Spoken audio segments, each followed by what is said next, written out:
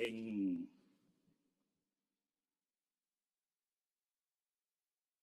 Hechos 14, a partir del verso 8. Oh, yo estaba como si no necesitara lente, ¿verdad, Padre?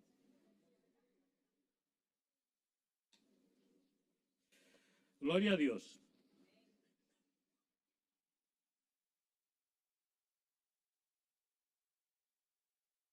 Hechos 14, a partir del verso 8. Amén. En Listra había un hombre que no podía andar, nunca había andado, porque era cojo de nacimiento. Este hombre estaba sentado oyendo a Pablo, oyendo lo que Pablo decía. Y Pablo se fijó en él y lo vio, que tenía suficiente fe para ser sanado. Entonces dijo con voz fuerte: levántate y ponte derecho sobre tus pies. El hombre se puso en pie de un salto y comenzó a andar.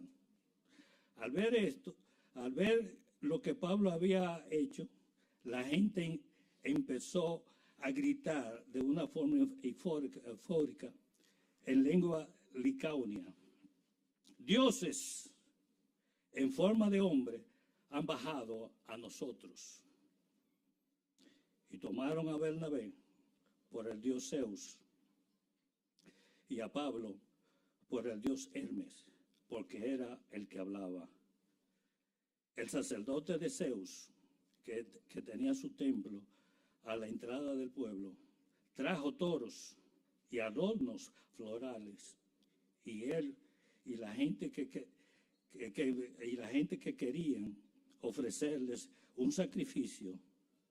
Pero cuando Bernabé y Pablo se dieron cuenta, se rasgaron la ropa y se metieron entre la gente gritando: señores, ¿por qué hacen esto? Nosotros somos hombres igual que ustedes. Precisamente hemos venido para anunciarles la buena noticia, para que dejen estas cosas que no sirven para nada y que se vuelvan al Dios viviente, que hizo el cielo, la tierra, el mar y todo lo que hay en ellos.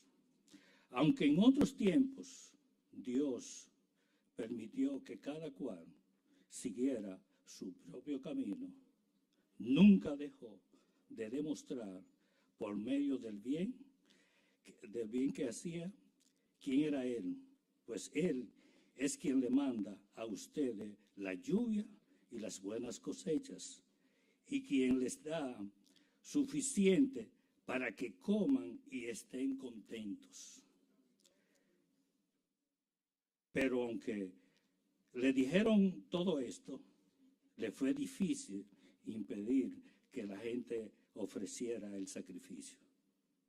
En esto llegaron unos judíos de Antioquía y de Iconio que hicieron cambiar el parecer a la gente. Entonces apedrearon a Pablo y, creyendo que lo habían matado, lo arrastraron fuera del pueblo.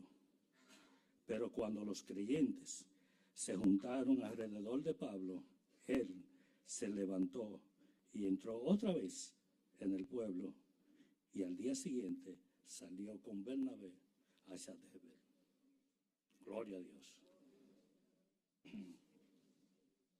Excúsenme, no le dije la versión que estaba leyendo, aunque ando con un Nuevo Testamento que tiene 4 versiones.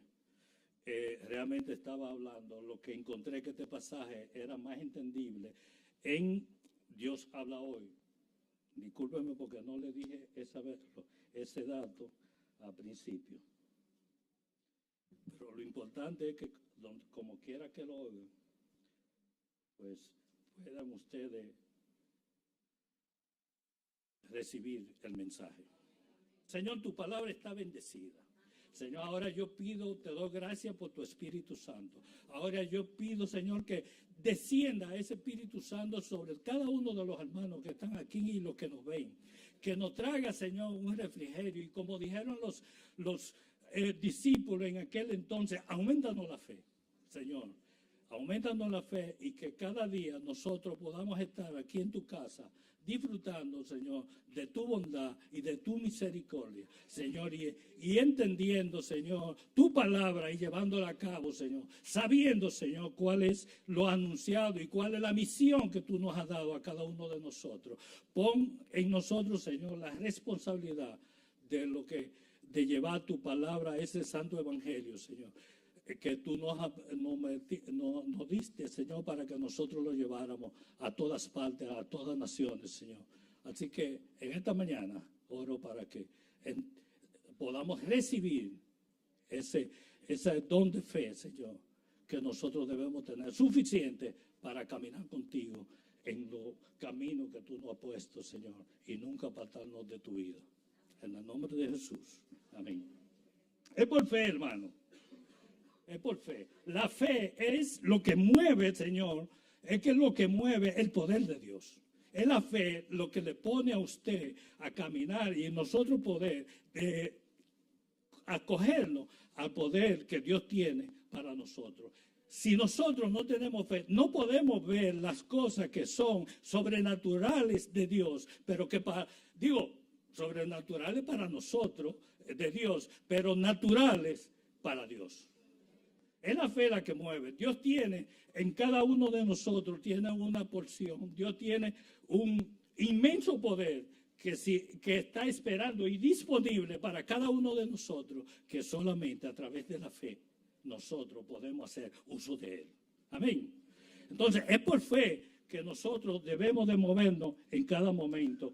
Y es por fe que nosotros tenemos ese inmenso poder que Dios tiene.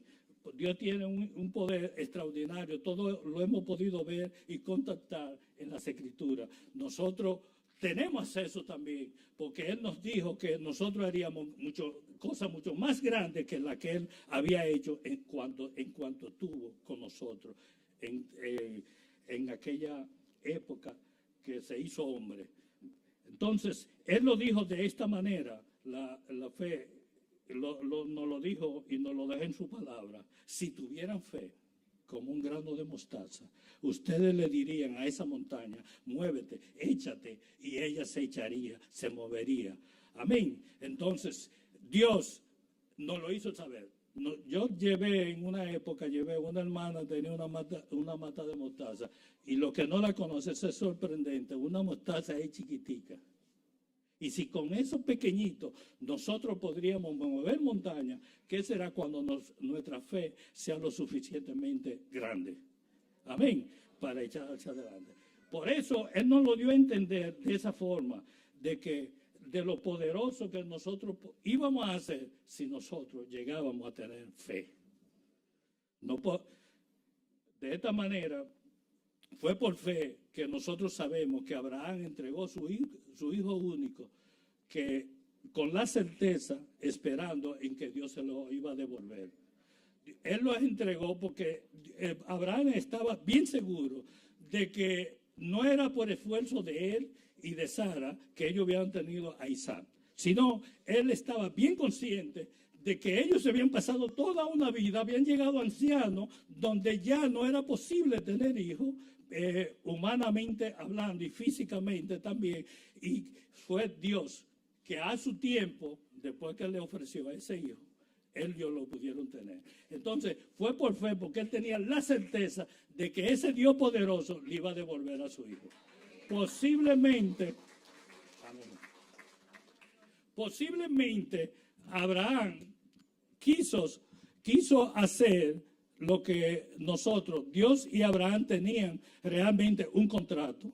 Es un pacto que dice la Biblia, pero es lo que hoy nosotros conocemos como un contrato. En un contrato, las dos partes que lo forman tienen que cumplirlo. No es una de las partes, sino, y podría decir que Dios estaba probando, eso no lo dice la palabra, pero estaba probando porque era el punto que le faltaba para que él posteriormente, él también diera a su hijo, para que muriera por nosotros, por todos nuestros pecados. Y posiblemente Abraham tuvo la primicia de ver su hijo resucitado o lo que iba a pasar posteriormente con el Hijo de Dios. Es por fe. Abraham, como el padre de la fe, cuando le dio a su hijo a Dios, entonces entiendo que es la parte final que él necesitaba para tomar la decisión a su tiempo de dar también su hijo por el acuerdo o contrato, vamos a llamarle, que tenía con Abraham, su amigo, que no le negó tampoco su hijo. Fue por fe que Bartimeo, cuando oyó el alboroto en la ciudad, fue por fe que él dijo, ¿qué es lo que está pasando? Oigo el pueblo alborotado. ¿Qué pasa? Dice, es Jesús de Nazaret. ¿Qué pasa? Entonces, por fe, él ahí recibió inmediatamente que ese era su día. Y se paró y botó la capa y dice, hoy es mi día. Él tuvo la certeza que si él se encontraba con Jesús de Nazaret, él iba a ver la luz del mundo. Lo que nunca había visto, la luz le iba a llegar a su vida con la presencia de Jesús. Él caminó y siguió marchando, y aunque la multitud, lo que siempre rodeaba, la multitud le decía a él, no molestes al cosa, tú agarra tu capa, no molestes al Señor. Él sobreponía con una voz, voceaba por encima de la multitud, por encima de la bulla. Él seguía hablando y dio demostración también de que era un cristiano. Porque comenzó a vocear, hijo de David, ten misericordia de mí. O sea, que también dio a demostrar que tenía la palabra. Amén. Que era cristiano. Porque esa parte nada más lo decían aquellos que creían y que sabían las condiciones de Jesús, de dónde procedía. Amén. De manera que fue por fe que él comenzó a caminar sin haber recibido, pero con la confianza de que él iba a recibir lo que la luz, la vista que nunca había visto, lo que había en el mundo. Es por fe también, que aunque no lo vemos aquí, es por fe. Nosotros, conociendo al pastor, sabemos que es por fe que va a ir tranquilo a meterse a ese quirófano, sabiendo y con la certeza de que Dios lo va a estar ahí con él. En ese momento va a estar, eso le da tranquilidad, le da paz, porque él tiene la certeza de que Dios va a estar ahí dirigiendo ese equipo médico, que lo va a estar interviniendo y que todo va a salir bien. Amén. Es por fe. Nosotros que lo conocemos sabemos que es así, que el pastor de otra manera no tuviera en esa paz, en esa tranquilidad. Amén. Es por fe que mientras Pablo predicaba, un hombre que se encontraba así como están ustedes, dentro del público, tranquilo, oyendo lo que él predicaba, lo que Pablo predicaba, tenía la fe suficiente para ser sanado. Un hombre que nunca en la vida había andado, pero él, cuando Pablo lo miró, que se vieron de frente a frente, Pablo pudo observar que ese señor tenía, un hombre que ni siquiera su nombre se lo menciona, pero porque la fe de él basta para que, no ser ni siquiera nombrado. Pero Pablo reconoció que había la fe suficiente en él. No dice si era mucha o era poco, pero era suficiente para ser sanado. Era fe suficiente para que ese hombre fuera sanado. Y por eso Pablo entonces, porque hay una parte de cuando lo espiritual se acomoda a lo espiritual, a una comunicación a nivel espiritual. Y Pablo nada más tuvo que verlo para entonces entender que era una fe suficiente. Y entonces con voz fuerte le dijo, párate sobre tus pies y anda. Entonces, por eso el hombre comenzó a andar y eso alborotó la multitud que estaba allí. La multitud entró en un éxtasis en ese momento y comenzó a gritar. Hombres hombres han bajado y están con nosotros en estos momentos. O sea, la multitud lo endiosó en ese momento a Pablo y a Bernabé. Y entonces comenzaron los preparativos. Pero ¿qué era lo que movió a ese hombre? ¿Qué fue lo que ese hombre tenía que era suficiente para que, aunque nunca había terminado, había caminado, se moviera y caminara? ¿Qué fue lo que lo movió? La fe. Era un hombre que tenía fe suficiente para ese día recibir lo que él necesitaba y lo que para él era perentorio. Ahora, yo le pregunto, ¿estaré yo hablando en esta mañana a hombres y mujeres de fe en esta mañana? Amén. ¿Tiene estos hombres y estas mujeres, habrá alguno aquí que tiene alguna necesidad espiritual, alguna necesidad perentoria? Amén. ¿Habrá alguno? Pues entonces cierre sus ojos físicos. Olvídese de lo que está en el lado. Y esa es su necesidad. Olvídese de lo que está. Cierre los ojos físicos, pero abra los ojos espirituales. Olvídese con quién anda. Y quiera Dios que usted ahora reciba la fe suficiente para ver a Jesucristo extendiéndole la mano y diciéndole, ¿qué puedo hacer por ti? Es el momento en que tú le vas a decir, no le digas lo que tú quieres para el futuro, no le digas lo que tú quieres para mañana, no le digas nada, lo que tú necesitas hoy. Pídeselo ahora. Ahora es el momento. Ahora es el momento en que tú te voy a dar unos segundos para que tú le presentes esa necesidad que tú tienes.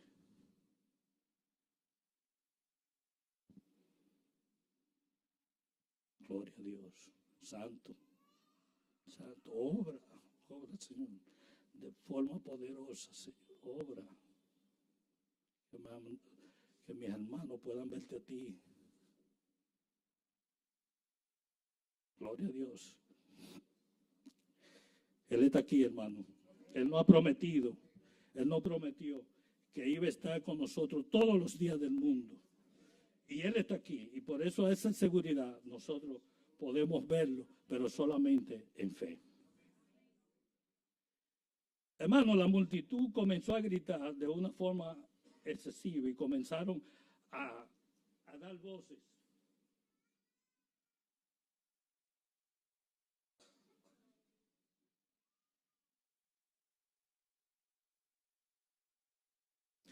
Pero, hermano, no hay una cosa más peligrosa que la multitud. La multitud es peligrosa. Gracias a Dios que yo estoy hablando en esta mañana a gente que dejaron la multitud para venir al conocimiento. Y por eso lo voy a decir con cierta libertad. La multitud es peligrosa. La multitud es extremista. La multitud no entiende, no hay forma de hacerle entender. No piensa. Y es como el viento que viene y no sabemos de dónde viene. Se va y tampoco sabemos hacia dónde va. La multitud es de esa misma forma. Pero sobre todo, hermano, quiero que sepan una cosa. No siempre la muchedumbre tiene la razón. No siempre la tiene. Jesús fue víctima también de la multitud. Jesús cuando hizo su entrada triunfal a Jerusalén, que todo aquello se estaba yendo abajo también, una multitud en un éxtasis, diciéndole Hosanna, tirándole alfombra de cosas, de palos, hojas y ramas, y diciéndole, dando gloria a Dios por el que venía en su nombre. Y esa multitud que hasta le llegaron a decir que lo mandaras a callar. Él dijo, si lo mando a callar, entonces la piedra sería la que gritaría. Muchos de nosotros nos acomodamos y que estamos esperando que sea la piedra también que estén voceando y estén anunciando la palabra de Dios. Hay que tener en cuenta, hermano, porque nosotros, las personas, los humanos, tenemos un problema. Y es que con la persona que simpatizamos, con la persona que realmente tenemos una simpatía, porque le atribuimos condiciones especiales de parte de Dios para hacer un trabajo, hacer un arte, para hacer algo. Eso puede pasar hasta con nuestros ministros en las iglesias, los predicadores, pero puede pasar en los deportes. Eso pasa en todos los niveles. Puede pasar con los músicos, puede pasar con los cantantes, puede pasar con todo el mundo. Nuestros fans, como se dice, o lo que seguimos regularmente, los queremos endiosar, y a veces hasta exageramos porque le atribuimos cosas que realmente no la tienen ni condiciones. Eso pasa con los deportistas, eso pasa en todos los niveles. Eso y en cualquiera de las disciplinas. Recuerdo una época que iba nuestra sangre latina, no recuerdo si era que iba a pelear con un latino, no sé si con mano de piedra, y dice un pariente de nosotros, estaba dándole tantas condiciones a mano de piedra, que el papá le dijo, y entonces Leonard va a tener la mano amarrada.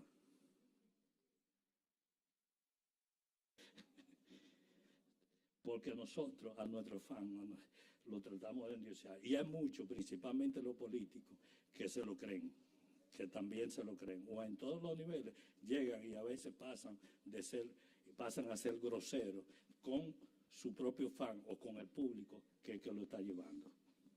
Entonces, eso es un peligro que nosotros tenemos que corregir, nosotros los humanos, y entenderlo. La multitud, y esto fue lo que pasó en esta multitud donde estaba en Listra, donde estaba Pablo predicando. Trajeron sus animales, los toros, ¿verdad? Trajeron sus arreglos florales, trajeron para su sacrificio, trajeron todo. Y ahí entonces fue que Pablo y Bernabé se dieron cuenta de lo que ellos estaban tramando, porque por asuntos de idioma no entendían en el principio. Y ahí fue que se le tiraron encima y comenzando a gritarle, pero ustedes están locos, ¿qué es lo que están haciendo? Para entonces, y ellos seguían en su efervescencia, llamándole a Bernabé, le llamaban Zeus. Estos eran dioses griegos. Zeus le llamaban a Bernabé, y a Pablo le llamaban Hermes, porque Pablo era el que llevaba la palabra. Zeus era el dios supremo y Hermes era el portavoz, el que hablaba. De manera que por eso lo distinguieron y lo repartieron de esa manera. Pero es una forma sorprendente que Pablo, como él viene y enfrenta, y aunque ellos estaban con la verdad, podemos distinguir tres cosas que ellos le explican a esa multitud y que no entendieron. Tres verdades le comunicaron a ellos. Ellos le dijeron, lo primero que le dijeron fue, nosotros somos hombres igual que ustedes, y lo que hemos venido a anunciarle la buena noticia. Eso es para nosotros también. La misión, él vino a explicarle. La misión de Pablo en ese momento, en Listra, era la misma misión que nosotros recibimos en la Gran Comisión. O sea, nosotros venimos a darle la buena noticia. Eso es lo primero que él le dice. A darle la buena noticia para que ustedes dejen todas estas cosas sin importancia y se vuelvan al Dios vivo, al Dios viviente. Y él estaba hablando realmente de los ídolos. En ese momento, cuando él le está diciendo que se vuelvan al Dios viviente y que dejan todas esas cosas que no tienen importancia, estaba hablando de los ídolos. Realmente Grecia estaba inmersa en un grupo de dioses bueno, que en otra ocasión podríamos hablar, pero tenía un letrero, una escritura al Dios, por si acaso, al Dios no conocido. Al Dios no conocido. O sea, era tan profunda en la cultura, en la gente, en la costumbre, ¿verdad? Era tan profunda la idolatría que eso daba miedo. Ustedes lo pueden ver. Realmente es un capítulo muy importante y que también se parece mucho a nosotros. Eso es lo primero que él explica. Entonces, lo segundo que le dice es, mira, en otro tiempo, Dios permitía, o sea, en tiempo pasado, Dios permitió que cada quien hiciera lo que mejor le pareciera. Pero ahora, Él está llamando a la gente para que se arrepientan. A un arrepentimiento. O sea, en otro tiempo, le habló de eso, Él no le habla específicamente, no le habla de detalle, pero en este tiempo, ahora, en el tiempo que estamos viviendo, Dios está llamando a la gente para que se arrepienta. Y para que se arrepientan y tengan una vida eterna, que tengan que cambien de camino. Y hoy en día nosotros también podemos compararnos con eso que yo le decía, de esos tiempos que se vivieron, donde cada quien hacía lo que mejor le parecía. Nosotros, antes de venir aquí al Señor, también ese era el tiempo que estábamos viviendo, haciendo lo que mejor nos parecía en todo momento.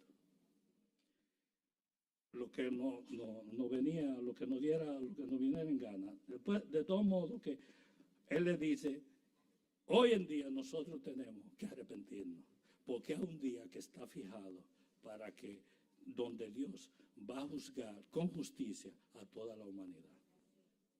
Y ese día nosotros tenemos que estar preparados. De manera que lo primero que hizo Dios para que nosotros nos volvamos a Él fue darnos a su Hijo, llevarlo a la cruz, en una crucifixión, que Él diera hasta la última gota de su sangre para perdonar nuestro pecado. Y nosotros hoy en día lo que tenemos que hacer es recibirlo como Señor y Salvador. Y ese sería nuestro comienzo. Y entonces, a partir de ahí, nosotros tenemos un nuevo renacer. Comenzamos a caminar hacia una vida nueva, una vida espiritual. Llegamos a no importa la edad que teníamos, que fue lo que no entendió Nicodemo, no importa la edad que usted venga, comenzamos a caminar y somos bebés espirituales para comenzar a caminar esa vida nueva y tener un tipo de comportamiento diferente a lo que teníamos antes. Dios puso lo primero lo puso Dios, que fue a su Hijo, para eso, como instrumento. Pero lo que mejor lo dice, yo no lo diría tan bien como lo dice Romanos 3, los versos 25 y 26. Dice lo siguiente: Dios hizo que Cristo, al derramar su sangre, también estoy usando, Dios habla hoy, al derramar su sangre, fuera el instrumento del perdón. Este perdón se alcanza por la fe. Así quería Dios mostrar cómo nos hace justo, perdonando los pecados que habíamos cometido antes. Porque Él es paciente, o sea, Dios ha esperado, ha tenido paciencia con nosotros. Él es paciente. Él quería mostrar en el tiempo presente cómo nos hace justo.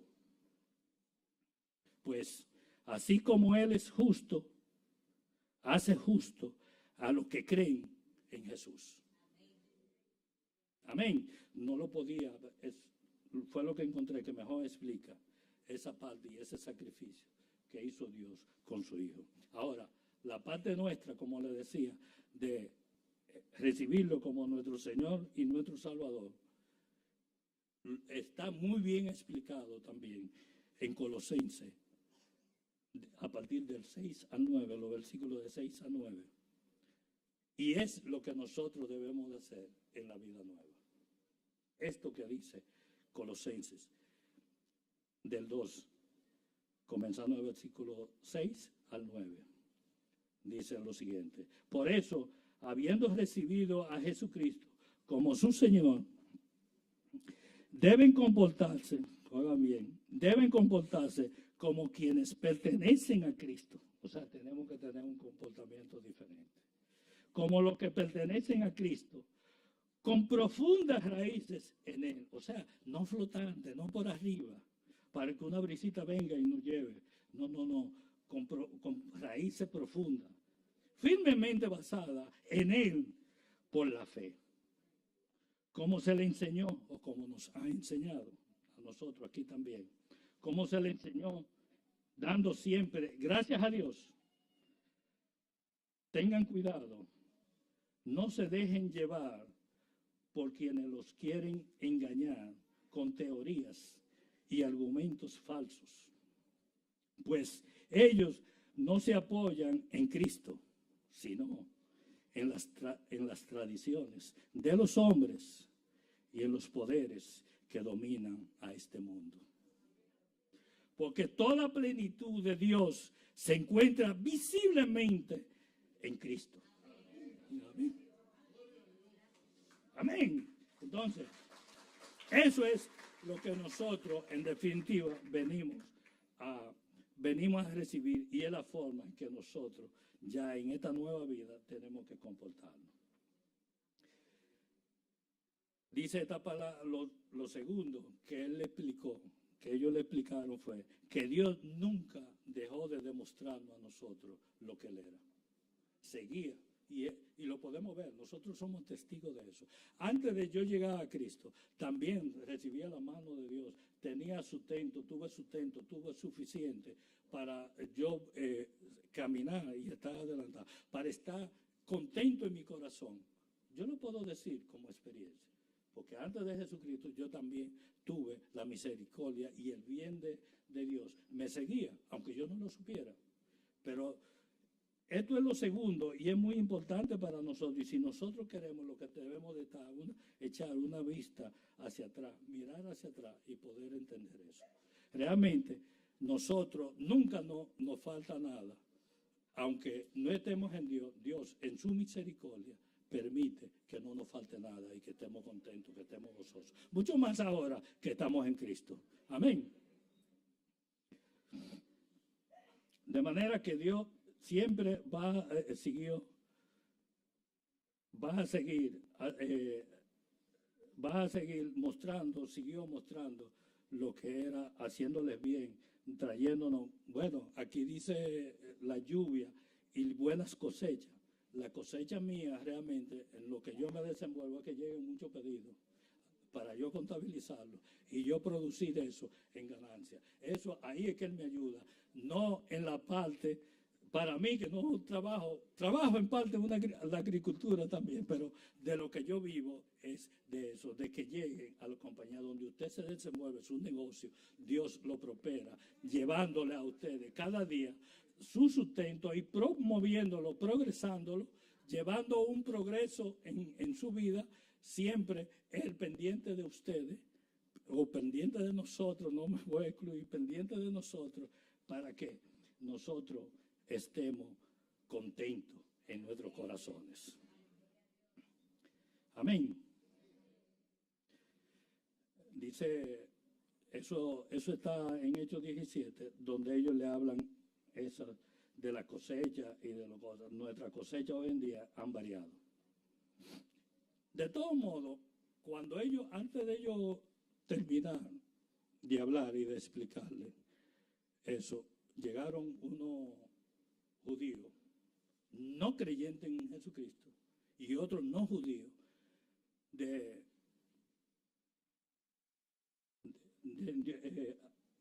Antioquía y de Iconio. Y entonces convencieron a la multitud para que cambiaran de idea.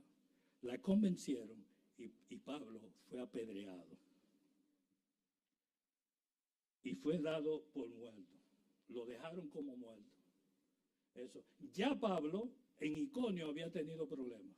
Él tuvo que salir de allá porque se dio cuenta que los judíos, ellos dividieron la media ciudad, estaba en Iconio, creía, ustedes lo pueden ver en los primeros versos, en los primeros 7 versos. Media comunidad estaba que creyó en la palabra, en el mensaje que ellos llevaron, pero otra comunidad, la mitad aproximadamente, no creía y se dividió. Entonces, los que no creían, judíos y no judíos, entonces se compusieron con las autoridades para apedrearlo, darle golpe a Pablo. Ellos lo supieron y ahí fue que entonces se fueron a Listra. Amén. Entonces estos judíos vinieron y convencieron, lo dejaron por muerto a Pablo y cuando lo dieron por muerto, lo sacaron fuera de la ciudad y dejándolo allí, entonces vino los creyentes, los que habían creído, los discípulos que ellos habían hecho, los rodearon y entonces Pablo recobró el conocimiento. Pudo haber sucedido 3 cosas. Entiendo yo, que realmente lo mataran y que Dios en su misericordia infinita lo resucitara de muerto. Otra cosa que pudo suceder es que Dios le hiciera creer a la multitud que Pablo estaba muerto y que realmente no lo estaba, para que lo dejaran tranquilo, como muerto, como menciona el pasaje. Otra cosa que pudo haber sucedido, y eso yo lo busco, es que cuando nosotros venimos a Dios, venimos a Jesucristo, que es la vía que Él tiene, hay pecados anteriores que no nos dejan vivir una vida plena y una vida de confort, ni en el ministerio, que nos sirven de estorbo, nos estancan y no nos hacen llevar una vida que realmente como Dios quiere. Y tenemos que tener un encuentro con la presencia de Dios para nosotros llegar a sentirnos perdonados. Aunque no nos lo digan las escrituras, aunque nos lo diga un predicador, aunque nos lo diga quien quiera decirnos, pero no nos sentimos cómodos por algunas cosas que nosotros cometemos en el pasado y que no nos dan paz. Por ejemplo, no lo digo por parte propia, sino Pedro. Pongo el ejemplo de Pedro. Pedro, cuando él negó a Jesús 3 veces, eso fue lo que a Pedro, yo he visto en la Biblia y en la vida de Pedro, que más le dolió. No hubo tranquilidad a partir espiritualmente y como persona de parte de Pedro después de haber negado a Jesús. Cuando Jesús viene y se encuentra con Pedro por primera vez después de haber resucitado, Jesús tuvo que tratar, entendiendo eso, tuvo que tratar con Pedro para que Pedro fuera eficiente en el ministerio que le esperaba. Y comenzó: Pedro, ¿tú me amas? Sí, Señor, yo te amo. Pero seguía ahí y 3 veces tuvo que decirle, y entonces darle sus responsabilidades, irle dando las responsabilidades que él necesitaba, una tras una, y por 3 veces le repitió lo mismo hasta que Pedro le dijo: Señor, tú lo sabes todo, tú sabes que te amo. Pero tuvo el mismo Jesús que confrontarlo frente a frente para que él soltara y que él realmente se sintiera perdonado. ¿Me entiendes? Gloria a Dios. De manera que esto pudo haber sucedido fue lo que pudo haber sucedido. Y por eso yo entiendo, Pablo a su discípulo amado le da estos consejos, comienza a darle consejos y a decirle todo lo que fue su vida espiritual. Comenzando en 2 de Timoteo, capítulo 2 y verso 22, dice, Pablo le dice a Timoteo lo siguiente: huye de las pasiones, un consejo, huye de las pasiones de la juventud y busca la justicia, la fe, el amor y la paz, junto con todos los que de un corazón limpio invocan al Señor. Pero tú has seguido,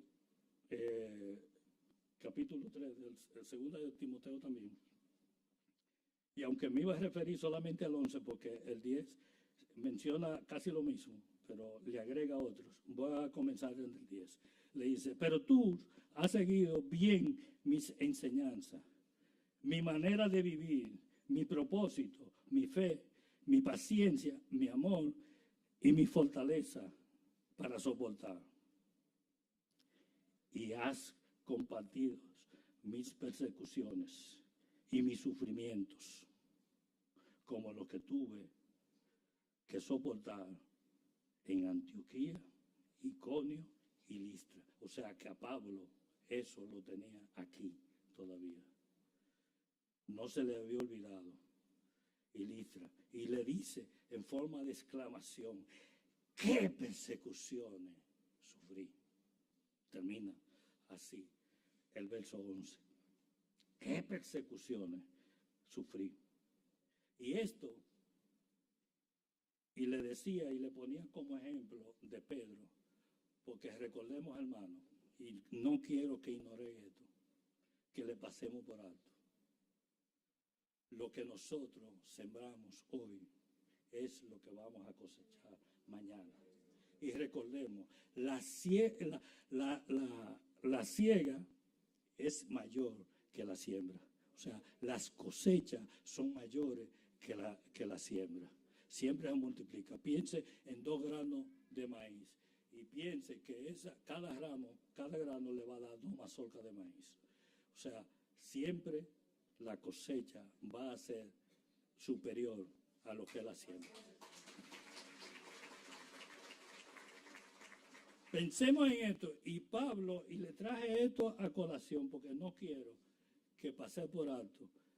Pablo fue apedreado, pero ese Pablo convertido y que tenía y predicaba con el poder de Dios, con el Espíritu Santo de Dios, ese Pablo, antes de ser convertido, en los tiempos que él era un religioso, participó en la muerte de Esteban. Él, un joven lleno del Espíritu Santo, que estaba haciendo la obra, sin embargo, fue interrumpida por Pablo y una multitud. Y fue muerto. Entiendo, y quiero que no pasemos por alto esto, entiendo que a Pablo le pasó. Mire que a Bernabé no le pasó nada. Pablo estaba cosechando lo que había sembrado. Amén. Era parte de lo que él había sembrado, que estaba cosechando. Y que con la muerte de Esteban, los dos tenían fe, los dos estaban puestos, andaban detrás de Dios, pero Pablo en ese entonces no creía en Jesús, estaba como los que lo apedrearon, dentro de los judíos que no creían. Sin embargo, Esteban sí era parte de los judíos que creían. Y Pablo no solamente participó, sino participó y consintió esa muerte. Y por eso, y esto es una de las partes, para terminar, que yo quiero que no pasemos por alto, porque Pablo estaba cosechando lo que había sembrado, entiendo yo, a través de Pablo, mientras Pablo lo apedreaba y esa multitud estaba efervescente apedreando a Esteban. Esteban estaba viendo al Señor que lo estaba esperando, extendiéndole la mano. Diciéndole probablemente, ven hijo amado, con los brazos abiertos, esperándolo. Él lo podía ver, dice la palabra, en el cielo. Pero Pablo, que estaba en otra frecuencia espiritual, no podía ver eso. Pero ahora sí, por eso conectó con ese hombre de fe en Listra. Y esto es lo que realmente yo quería que no pasáramos por alto. ¿Y por qué? Pablo en esa época era muy joven y por eso le hablé primero de los consejos que él le daba a Timoteo, que era un varón muy joven también. Le hablé primero de lo que él le aconsejó en segunda de Timoteo. Y él, como ministro, sabía muy bien las cosas. Él en esa época, él reconocía que él estaba en la soberbia y el orgullo religioso. En eso de hebreo, fariseo, de fariseo, y ese era su orgullo en ese momento. Y era lo que él pensaba, y era lo que quería, y era lo que él veía realmente. Y él, ahora en Cristo, él reconocía. Era una forma de reconocer que estaba equivocado. Amén.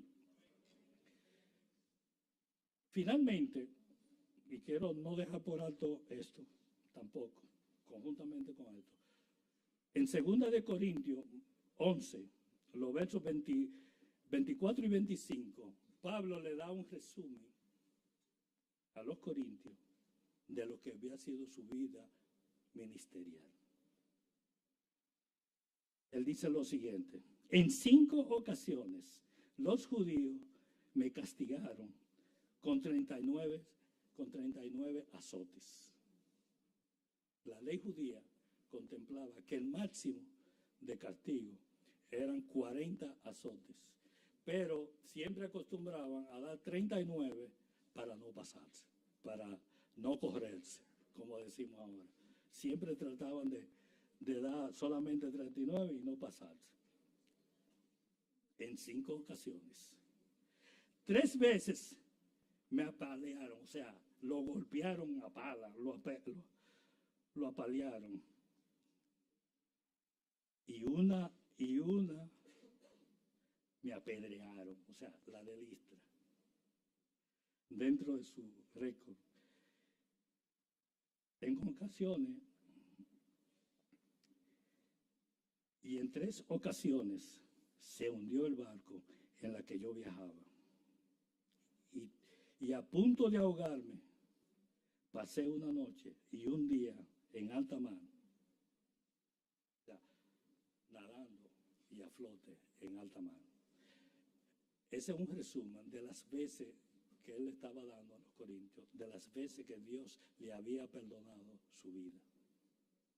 Y le incluyó, inclusive le incluyó lo del pasaje que nosotros estamos leyendo. De manera que Pablo puede decir, y es un ejemplo para nosotros, que Pablo pasó por las aguas 3 veces, por agua profunda, y no se ahogó.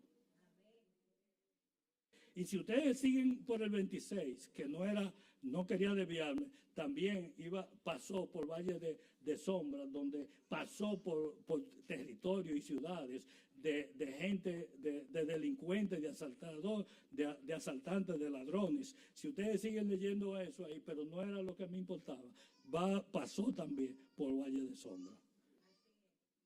Amén.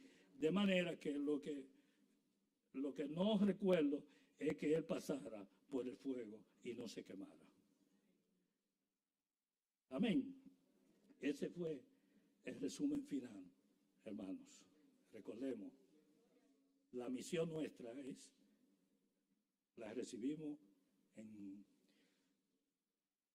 la gran comisión: llevar el mensaje, dar la buena noticia, para que la persona se vuelvan a Dios, a ese Dios poderoso, a ese Dios invisible que nosotros creemos, y que nosotros poderlo sacar y que ellos tengan un nuevo renacer, una nueva criatura, ya junto a ese Dios viviente. Padre, te damos gracias en esta mañana. Bendecimos a esta comunidad que ha estado contigo, Señor, y que pueda haber, si alguien no está en Cristo, Señor, y que esta mañana no visita o no ve, Señor, que pueda decidir, Señor, que pueda y hacer su confesión de fe y recibirte como tu Señor y tu Salvador. Danos fe suficiente a todos mis hermanos y a este pueblo que te oye hoy en día. Dale la fe suficiente para que ellos puedan obrar en fe y hacer maravillas. Que nuestra fe no sea muerta, como dice Santiago, sino que tengamos la fe suficiente para sembrar la palabra que tú nos has dado, Señor, en los corazones de este mundo que se pierde en esta comunidad y donde quiera que nos movemos en el mundo entero. Señores, que saquemos a la gente de que lo bueno lo aborrezcan como lo hacen en este tiempo, Señor. Y que podamos conducirlo, Señor, por los caminos eternos que vienen de ti a través de Jesucristo. Que Dios le bendiga, hermano, y lo llene de gracia.